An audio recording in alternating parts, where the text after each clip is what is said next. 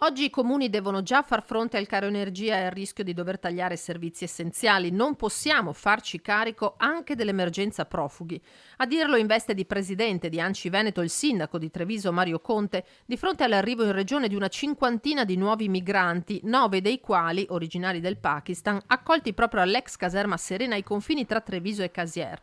Mi auguro, rincara Conte, che non si scarichi sui sindaci la gestione di questo problema, perché questo significa mettere in difficoltà le nostre comunità, che già in passato hanno vissuto tensioni sociali legate alla presenza di queste strutture.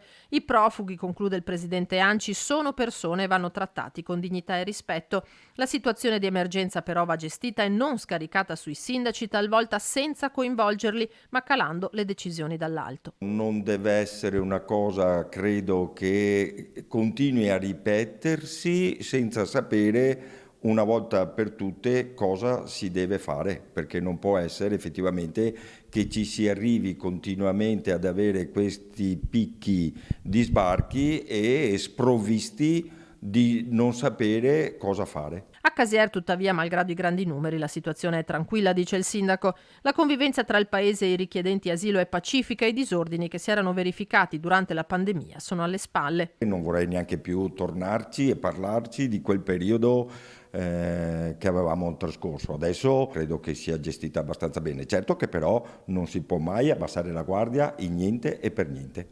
Quale può essere l'appello al governo e all'Europa, sindaco?